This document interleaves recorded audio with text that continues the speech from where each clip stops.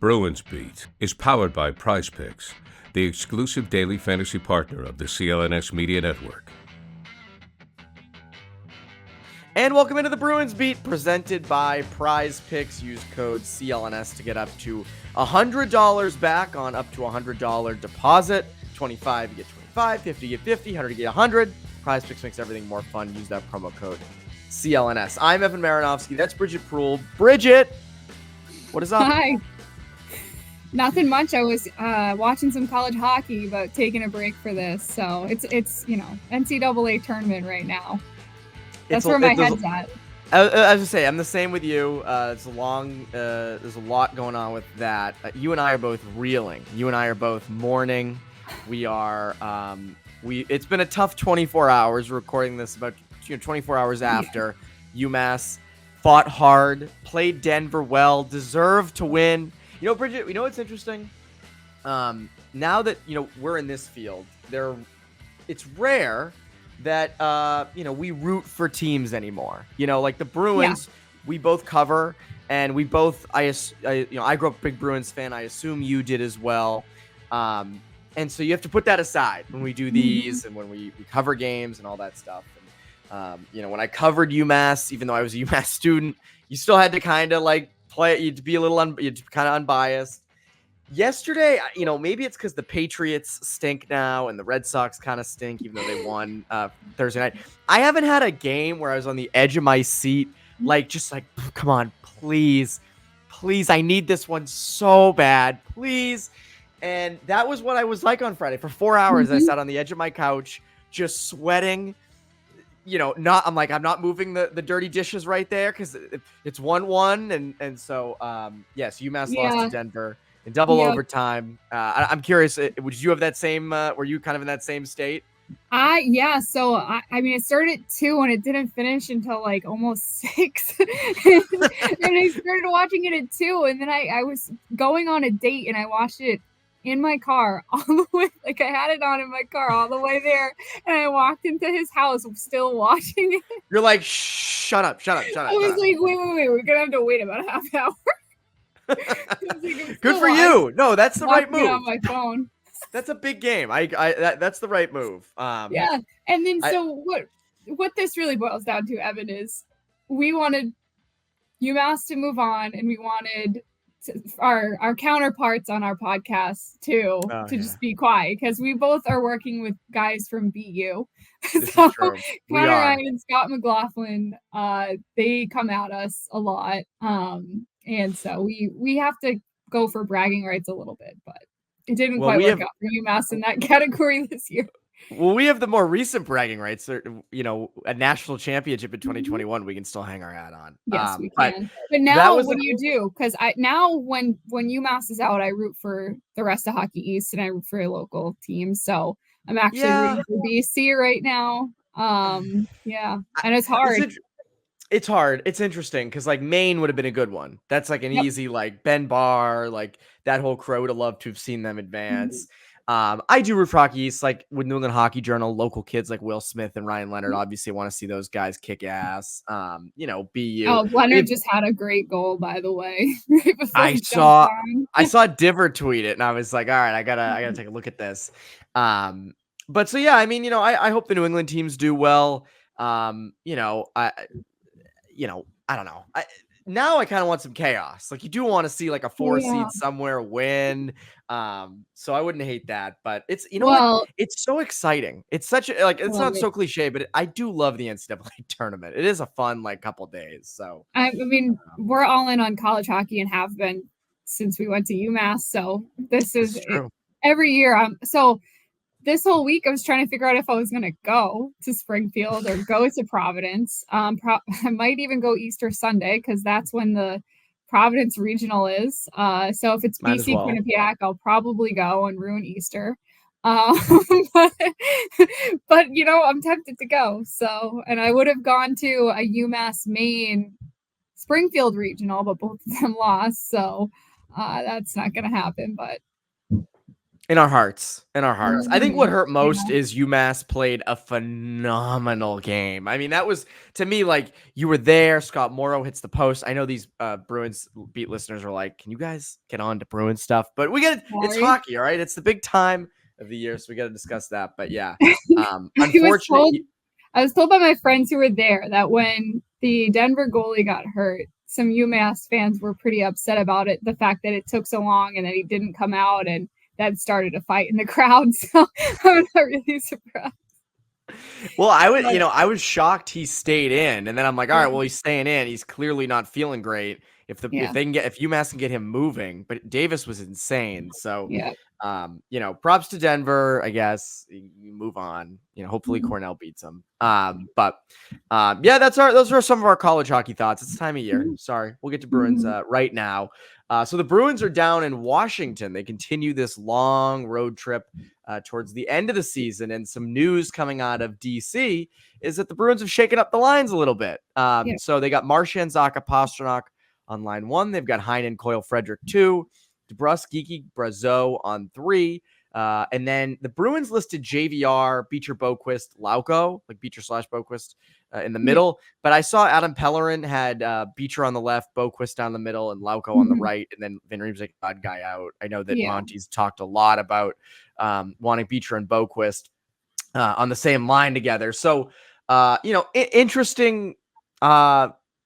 There's some stuff in there I like. There's some stuff I'm a little more hesitant on. What's your sort of initial reaction? Well, and the D pairs are different too. So they're going Lindholm, McAvoy, top pair, Grizzly, Carlo, and then I think they had Shattenkirk, Peak as a pair, and then Laura Weatherspoon was the extra pair. So I mean, that's completely different than last game where they already had mixed up the pairings and split Lindholm and Carlo. And actually on our podcast, shameless plug, the Skate Pod, we were talking about waiting for you to do that. Yeah, sorry, I got there eventually. We were talking about how last playoffs it felt like one of the demises of the team was over shuffling and splitting things up and just doing too much. And so our conversation was, hey, are they at risk of doing this again, or did they learn their lesson? And over the last two games, like the trip to Florida, and then now in Washington, if this is what they roll out, it feels like they might be doing the same thing and messing with some things that don't need to be messed with. I like the normal line with Heinen, Zacha, and Pastrnak. When you split some of those lines up that are doing well, I know the idea is to try to get Marchand going, but I don't know if putting Zacha, him with Zacha and Pastrnak helps those two. So I don't know. I'm getting this feeling, Evan, that we could be in for some really frustrating line shuffling in the playoffs again, and it just brings back flashbacks. Well, there's no doubt they will. Just given that, with the way a series turns and the way Montgomery kind of, as you said, shuffles the lines, probably. I don't really want to see lines that we haven't seen at all. Like, I'm That's like, fair. Okay, if you want to tinker with some stuff you've seen earlier in the year, but I'm not interested in seeing stuff we've not even one time tried or seen. Last year obviously was different when you add guys at the trade deadline that you're trying to figure out where they fit. But this year, the only guy you're trying to plug in is Pat Maroon in your forward lines, and that seems fairly straightforward. It's not like you're trying to find a spot for Bertuzzi, but if you're putting guys together that haven't played a whole lot together this season, I don't like the overreaction sometimes, I guess would be the way to put it. Yeah, it's interesting. All year, their bottom six has sort of shuffled around. They have never really found a fourth line that's set, that's stuck. So I'm okay with them doing what they're doing down there. Where I agree with you is the top six, right? You want to try to have those lines with the ultimate amount of chemistry. I think this lineup it's not like last year where you have so many potent scorers throughout the lineup that could contribute on any night. And of course, like Heinen's a great story. We'll get to him later. And, Geeky and Frederick and some of those guys. But I want your high-end talent, your Pasternaks, your Marchands. I kind of want them on different lines. Now, granted, they could come out tomorrow Saturday in Washington, and that line of Marchand, Zacha, Pastrnak could score, 4 goals or something. And it's like, all right, well, maybe it makes sense to have kind of a super line. And they're probably the all like top. Pastrnak. Yeah, exactly. They're all Pastrnak. But, I think when you start to mess with the chemistry, and I know Heinen and Coyle kind of obviously have a history together. So does Coyle and Frederick. What I do like. But here's the thing, Evan, is Heinen, Coyle, Frederick a winning second line? Like no, not at all. Like, that's not a second line for a playoff contender.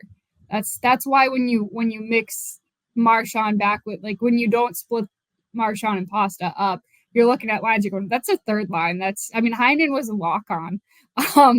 Frederick and Coyle, I like both of their games, but I wouldn't say that you like it on the third line. You like it on the third line. Yeah, that'd be a great third line, but like it's tough. And I think that the fact that Van Riemsdyk is either not healthy fully or not playing well complicates the middle six situation even more. Well, again, this goes back to why I don't think the Bruins are legitimate cup contenders, because you're rolling out again, like, okay, so you put your big guns together, your big guns on your top line, which is great, fine, you can do that. But then what do you have left? So to me, that's where, like, I agree with you in that, like, that's not a real second line. You have Heinen, who, was fine, has been playing fine with Zacha and Pastrnak, but Heinen is not, I think you and I said this back before the deadline, Heinen is not a legitimate top 6 forward that you would have on a Stanley Cup contending team. I'm not trying to diminish him. He's been great. He's been an awesome story this year. What I'll say is he is complementary to the right top 6 forwards, but he's not like, he's like, if he can complement them well enough, then he makes it on that line with Pasta and Zacha. But like, he's not driving the line. He's just making the simple plays to help those guys get to the right positions and just keep the play going forward. And he's been good with that line. But this is the only thing I can think, Evan, that makes me think this might be a one and done kind of situation for those lines, is that Washington is very top heavy. And they have zero depth in their lineup at all. So, and Wilson is still serving a suspension. And you might be able to load up your top line because Washington is a team that is in the playoff picture right now, even though they were sellers. It's crazy. They're in the second wild card spot right now. And like could easily make the playoffs, even though they sold away assets at the deadline and they're not as deep as a cup contender. But either way, my point is that maybe you stack the top line because the opponent allows it, if you want to look at it. But I don't think in the playoffs that's a good way to go about it, because then you're allowing teams to really key in on that line. You're not able to dictate matchups where, you send out different threats in different areas, and maybe it works against Washington, but it's not going to work against Panthers or Toronto, or you're going to want more spread out scoring. You want more spread out, and I also think even against a team like Washington, right, with a heavy top line, big gun top line, wouldn't mind seeing the lines as they were before handle that. DeBrusk and Marchand and Coyle and Pastrnak and Zacha and Heinen. I want to see those lines handle that stuff rather than beefing up the top line just to kind of get a win. I want to see those two top lines, how they do against a team like that. There's something I like though in these lines. There's one thing I like. Okay, what is it? Quick word from our friends over at Prize Picks. Prize Picks is the best way to get action on sports in more than 30 states across the country, including California, Texas, and Georgia. Want to play alongside some of Prize Picks' favorite players like Meek Mill and Sugar Sean O'Malley? You can now find community plays under the promos tab of the app to view entries from some of the biggest names in the Prize Picks community every week. And Prize Picks offers weekly promotions that can lead to big payouts like Taco Tuesday. Each Tuesday, Prize Picks discounts select player projections up to 25% to provide even more value. As the Bruins march towards the postseason, it's the perfect time to make your Bruins picks. Are you feeling David Pastrnak shooting the puck a lot coming up? Brad Marchand scoring a lot of goals? Use your knowledge.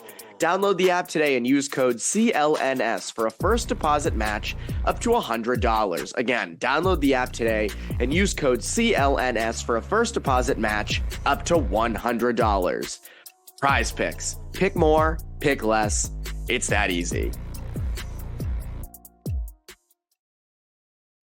Wow, that was a pro level tease, Evan.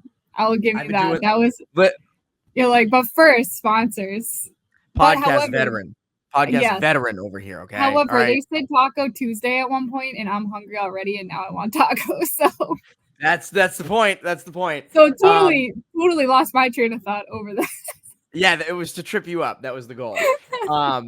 What I like about these lines, Justin Brazeau on the third line. Now, I mentioned this to Scott last week, and Scott was like, well, now granted, it was because I said I liked the idea of Frederic, Geekie, and Brazeau, but he's like, well, they played like one game together and they weren't great. And I'm like, well, Scott, I want to see them extended. And I think Brazeau has more than earned the right. He's proved he's not just a fourth line guy. And I'm not saying he's going to be a top 6 fixture, but I'm saying I'd love to see him in an elevated role in the third line, given what he brings. He's more than just a bruiser. He's not a bruiser. It just his abilities. He's actually just a big guy. He's not overly aggressive, or he's not an agitator. Like, he just uses his body the right way to shield pucks and to get pucks in. So he's not like a tough guy, right? But he's huge. Whenever I stand next to him, I feel like he's like a mega human, like some sort of different species of human, and then there's like me and the rest of us standing next to him. That's how big he is. But he's not gonna fight, I don't think. That's not really in his that's actually really not his personality, truthfully. Well, what's interesting, again, you're right. And I also think, what he's able to bring. I mean, Montgomery in the last week or so has talked a lot about guys going to dirty areas, winning puck battles. Some guys not doing enough to do those things. He's been the opposite. He's been the guy who has been taking the puck to the net, who has been finishing chances, who's been earning chances, and who's been winning puck battles. And I think, for what he brings, I would love to see him on a line with Geekie. And I know they have DeBrusk with this line here. I'd rather Frederic. I would rather Frederic, actually, because of what he brings and the elements of his game. DeBrusk is more of a top 6 forward right now. I know Frederic just, I think, what did he get, his 20th goal, which is great. Mm-hmm. But at the same time, like, I just think Frederic's game complements Geekie and Brazeau so well. I think that's a heavy line. That's a line in a playoff series that can kind of grind you down, can work below the top. Line. Yes. So I like the idea of Brazeau with Geekie, but I don't. I think I'd rather Frederic there than DeBrusk. I don't want DeBrusk there at all. Yeah. I don't. I think so. You can see that, like, the whole Brazeau Frederic thing works together, because the very limited amount of power plays recently that Frederic and Brazeau both played on the second unit, it's been successful. Those guys are just throwing pucks on net and picking up rebounds and beating people to the front of the net, and they're both really, like, intense, like, puck hounds, and they get there, and that could be what that line brings. And Geekie's good at puck possession as well, and he's actually very large too. It's hard to tell on TV, right, because they're standing next to other people that are very tall, but then when they're standing next to someone like me, it's like, no, that guy is huge. So that would be a really big line that's hard to take the puck away from. DeBrusk doesn't fall into that category. So the identity, if that's what you wanted for the identity of a line, a third line, you would probably put Frederic there, flip him with DeBrusk, put DeBrusk with Heinen and Coyle, which I don't think sounds like a bad option. I think it sounds like a better option than what they're working with in this middle six. Maybe this is just a one-time thing. I personally don't like that this much tinkering. It kind of shows desperation, and I feel like that was one of the reasons why it didn't work in the playoffs too. It was like, okay, you don't trust us the way things are. It's like a mentality, like it's a mental thing that gets in your head. Like, what was wrong with what we were doing? Like, were we that bad that you needed to make all these changes? Kind of, and I also out of it. Yeah, and another interesting part, and we haven't even discussed this, is like Van Riemsdyk, I think, is going to be the odd man out in this crew. And he was dealing with an illness for a really long time. He's someone you'd like to get right before the playoffs. And I would think that's someone you'd want to find a place for, whether it's the third line, whether it's the second line, because he does have that ceiling of, that's a guy who can contribute in a top 6. So he's someone that I would love to see the Bruins be able to get right before the postseason starts. Me too. I'm actually worried about this because I had heard that this illness has lasted a long time. And I believe that it affected his weight as well, that he dropped some weight during that time frame. And obviously that comes with weakness and needing more time away from like the ice to get stronger and get back to where you were before. So some of these illnesses, like people don't really think about it this way because it's more of the extreme case, but sometimes you like remember Swayman last year at the end of the season, he got sick and he lost like 10 pounds. Like sometimes it really kicks your ass. And I wonder if that's what happened to JVR. I think that based on the season he's had so far and being so consistent up to that point, it makes me think that that's definitely factoring in. I don't think he just would have like a sharp decline unless there was some sort of physical thing happening as well. It's important to the Bruins to get him back because he's somebody that you can flip around your middle six, and especially be a net front weapon on the first power play unit. And that first power play unit has not been getting a lot done. So that's where I would tinker would be the power play, like the top power play unit. I like the second unit. Brazeau's been great. Second unit's been cooking. Frederick. Yeah, I like the addition of Frederick there. Give him some time. Marchand, they moved him net front. I don't mind that. That's fine. Get him moving down low. Get him, some pucks down low. Maybe that gets him going because he's been in a little bit of a slump. So I don't know, but there's certainly a risk of they changed every single line and every single D pair. Do you think that's excessive? They really did. You're right about that. It's interesting that you mentioned that first power play unit, and James Van Riemsdyk can bring kind of a good net front presence to that. And I think there's a lot there. I was talking about this with Hags on his podcast like a week ago, and different things they can tinker with, like McAvoy at the point really hasn't been working out. Would Lowry be a better option there? Would that be a reason to put him in the lineup come the playoffs? I think they're all interesting questions. I want to get to it, but first, a quick word from our friends over at Factor Meals. Let me tell you about my good friends over at Factor Meals. Eating better is easy with Factor's delicious, ready-to-eat meals. Every fresh, never frozen meal is chef-crafted, dietitian approved, and ready to go in just 2 minutes. You'll have over 35 different options to choose from every week, including Calorie Smart, Protein Plus, and Keto. Also, there are more than 60 add-ons to help you stay fueled up and feeling good all day long. What are you waiting for? Get started today and get after your goals. 2-minute meals, fuel up fast with Factor's restaurant-quality meals that are ready to heat and eat whenever you are. Pancakes, smoothies, and more. If you're looking for fast, premium options with no cooking required, sign up and save. We've done the math. Factor is less expensive than takeout, and every meal is dietitian approved to be nutritious and delicious. So head to factormeals.com/Bruins50 and use code Bruins50 to get 50% off. Again, that's code Bruins50 at factormeals.com/Bruins50 to get 50% off. Now, back to the show. So we talk a lot about lineup tinkering in this and, desperate moves at this time of the year. And I agree with you. Some of the, I'm fine with moving Brazeau up because he's earned it, and even the Frederick thing to the second line, I don't think that's his optimal position. It could be, hey, he's been playing well lately. Let's give it a try. But I want to see his poor face. He got tagged. Yeah. And he was bleeding from stitches under his nose and next to his eye. I have a feeling tonight's broadcast we're gonna see some black and blue, and he's a tough guy. That guy. He is a tough kid, and what I love most about Frederick in his fights is you can tell he gets genuinely angry. Like he just is throwing him. It's never like taking a punch off, or it's just throwing him. So I've always enjoyed that. My theory about hockey fights, or I guess any kind of fight, is you have an edge if you're the one that's crazier. And I feel like he's a little bit crazier than most people. He does. He's got a little bit, got a little crazy to him, which is good, which is never a bad thing when you're a hockey player. Yeah. So what do you make of this team? I mean, we're a couple weeks away from the playoffs. They're shuffling the lines. Bruins continue to find ways to win. I know they obviously had that loss at Tampa on Wednesday night. But I mean, they're still, they just clinched a playoff spot, first in the Atlantic, 99 points. They are not in the President's Trophy. They're not President's Trophy favorites right now. Thank God. But they are first in the Atlantic. What do you make of this team right now? I mean, have your expectations of them changed at all?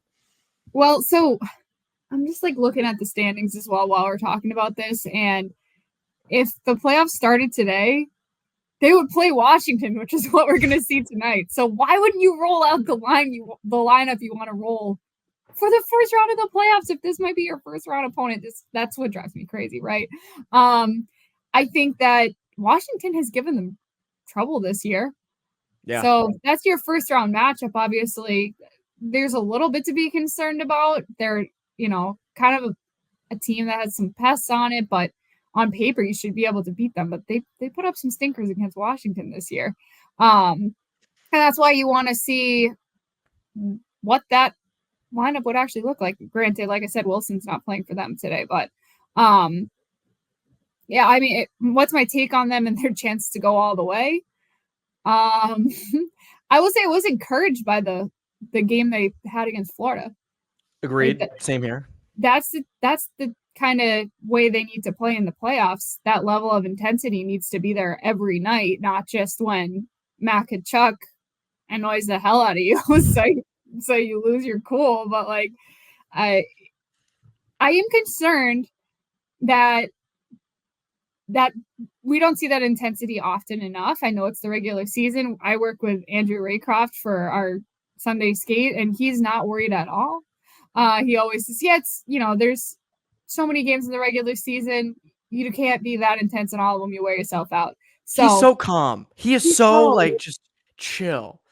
And then Scott, then there's Scott, who's like, the sky is falling, and then there's me just watching them like go back and forth with each other and antagonizing it occasionally.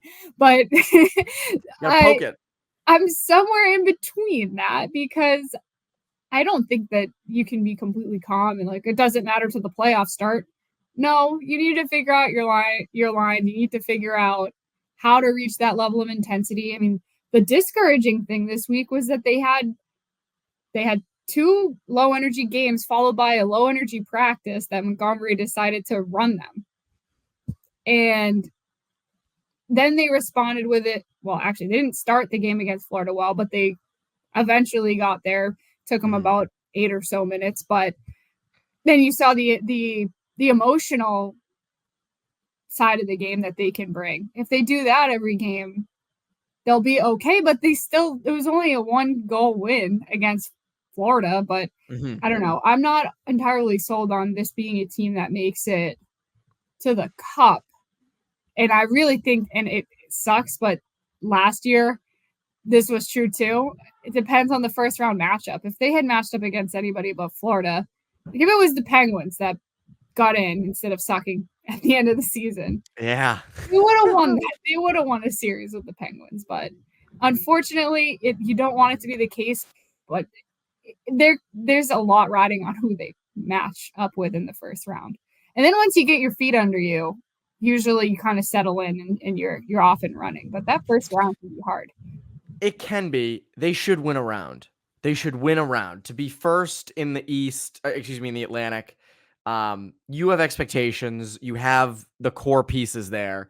Like, obviously Washington's hot right now. And also the other thing to watch is like, there's only a point as of Friday afternoon. There's only a point separating Philly and Washington, and Philly's been struggling lately. So does Philly then fall into that second wildcard spot, which in that case, that would not be a bad matchup for the Bruins, because that's a team that has been, kind of was hot at the beginning of the year and has kind of, in the last month or so started to, be more like what they should have or what we thought they'd be this year. It's hilarious to me, by the way, that like teams like Philly and Washington, who were both sellers at the deadline and did not have huge expectations for the season, are in the playoff picture. But teams like the Islanders, the Penguins, the Devils, these teams with real playoff hopes and legit rosters are out of it. But they should win a round. To me, it's like they should win a round. I know I said they were legit Stanley Cup contenders mid-season when things were good. I think over the last 2 months, I've seen more and more with this roster of it's not a bad roster and that the sky is not falling. They're not, they shouldn't have been sellers of the deadline. But, realistically, you see what happens in the second round. I think that's really where I expect them to be. If they can get to the second round, that's, because again, like Hags, I've said this on Hags' podcast before. I've probably said it on Bruins Beat. I lose track of where I say what stuff, but it is sort of a bridge year. I mean, it's a transitional year. And again, you're first in the Atlantic. You have those real expectations. You should definitely win a round, and then you should be uber competitive and potentially win it in the second. So I have them I have them in the second round. That's where. Yeah, I mean, if they draw Philly, that should be a first round win. That should be. I agree, but they should beat anybody. Like you're first. I don't know Atlantic. if they will. That's what I'm trying to say. No, I agree. I agree with you. So I completely agree. Like if it's an exercise we do at the end of every season, in the last month or the last 2 weeks or whatever. It's like, who should you be most afraid to match up against? And that's kind of what we're doing. We're like ranking. Okay, what team is a more short thing? Like, what team does Boston match up best against? Who do they match up worst against? I don't find the Flyers to be as scary as some of the other options for wild card teams. And believe it or not, I feel like Washington, though their depth isn't there, might be a harder matchup for Boston than the Flyers are. And we don't obviously we still have about a month left. No, well, less than a month left, right? Like so a couple weeks. So a lot can change in that time frame too. I mean, a few teams like Boston just clinched playoff spots, and then we're watching more and more teams fall out of the playoffs, like be mathematically eliminated from the playoffs, which San Jose has been for a long time, but it feels like Columbus. I mean, 16 wins and 47 losses, guys. I think you're going to need to do better than that. You might get mathematically eliminated pretty early if you do that. Incredible. That is incredible. I have not paid any attention to the Sharks in months because beginning of the year, they lost a million games in a row. So it was like, oh my God, this is like all-time terrible. But now I haven't paid that much attention at all. Like Macklin Celebrini. please. But then you look at okay, Detroit. Detroit's another one. They're right on the outside. They're 2 points out as, again, a Friday afternoon. Bruins have had trouble with them all year. And I think any issue you run into with a lot of these wild card teams outside of Philly, because Philly's been in that Metro, those three teams in the Metro for a while, they would have to fall out. But a lot of these teams that you're seeing fight their way, they're playing playoff hockey the last month and a half of the season. And this was sort of a problem with the Panthers last year, where they were playing round one hockey games for a month. And that's sort of, I think, now a new fear unlocked for Bruins fans of if you play Detroit or the Islanders or Washington, or, I mean, even you can throw in New Jersey, these teams are playing playoff hockey, trying to claw their way in. And once they get in, it just is a continuation of what they've been doing. So I don't think that, Philly's probably the easiest matchup. I also wouldn't mind them playing Toronto in round one. It's sort of like the devil is better than the devil you don't. Yeah, I would love that. I would love that. I mean, every TV station would love that. All of us, you, me, with podcasts, with media. Yes, I would do anything for that in the first round. I think it'd be terrific. It'd be great for ratings. It'd be great for, it's just entertaining hockey and two really passionate fan bases that dislike each other. And the Bruins have won those matchups. And it makes me think, what do you do with goaltending? Because Swayman's been great against them this year, but Allmark's playing. I personally think Allmark is playing better than Swayman right now.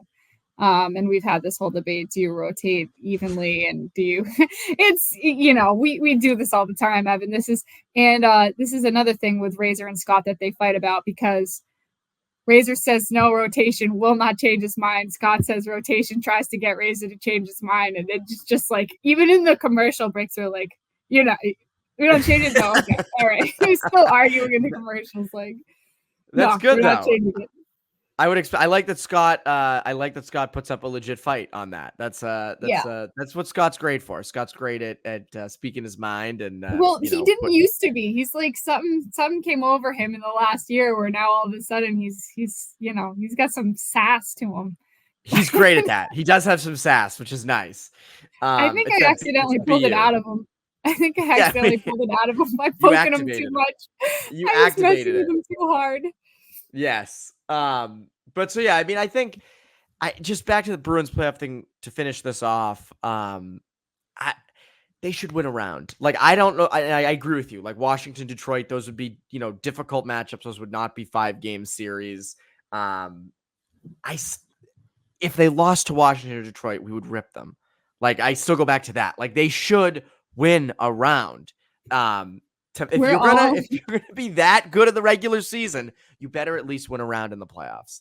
So yeah, that's where I'm at with this team. We're all cup, just still scarred from last playoffs. I mean, this is true.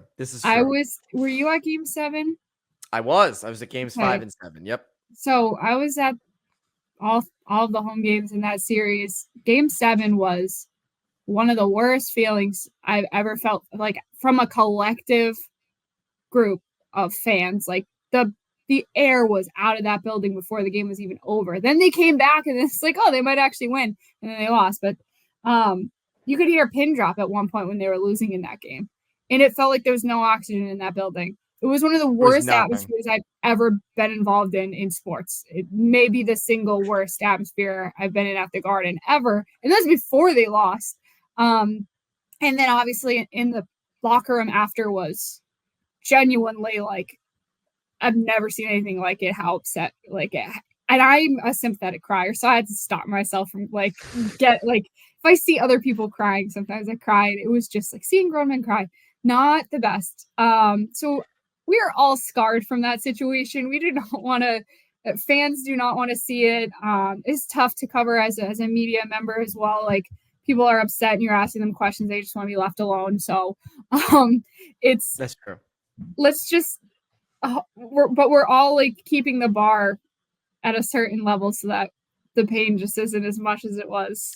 Well, the bar last year was win the whole. I mean, I was convinced last year they were winning the cup. Like, and I said it everywhere. I was open about it. That team was a wagon. Everything was working.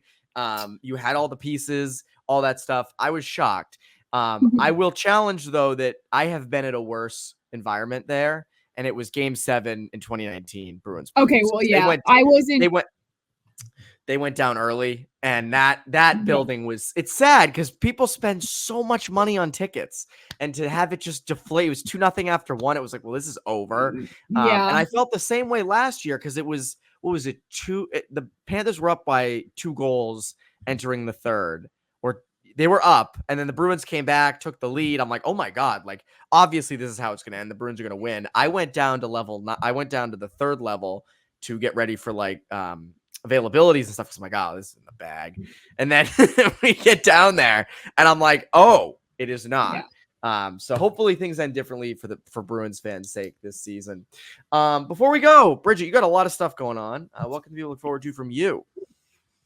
So as long as the Bruins season keeps going, we have Sunday skate on WEI every Sunday morning, 9 to 11. On the skate pod with Scott and Brian as well. And even though college hockey is done for me, I still have a few more broadcasts left for PWHL Boston. So I'll be broadcasting both their last 2 home games of the season, which that season is actually coming to an end kind of quickly. They have a big break here for some international games, but then come back and I got both of those. And unfortunately, they're not in a playoff spot right now. So not really sure if I'll have any more broadcasts for the playoffs or not. Hopefully you do. Hopefully they stick you in the. They're right there on the line. 4 out of 6 teams make it, but I don't know if they're going to be one. So they should, you know what? They should send you to wherever the playoffs are and have you broadcast from it. I think you have my support. Right. I will openly petition for that to be the case. I'm going to need you guys all to sign a paper that says that. Yes, we'll start the it's not GoFundMe. What's the their website? Yeah, like petition people. It's a petition website. Yeah. Yes, we'll start that, like 100,000 signatures. They're like, all right, fine, we'll do it. We'll let it come into. Totally get that. Yeah, exactly. I think we could do it. Bruins listeners are loyal. Yeah, exactly. Have all UMass people do it. But anyways, Bridgette, it's always a pleasure having you on. Thank you for joining. Yeah. Everyone go listen to the Skate podcast and Sunday Skate on Sunday mornings on EEI.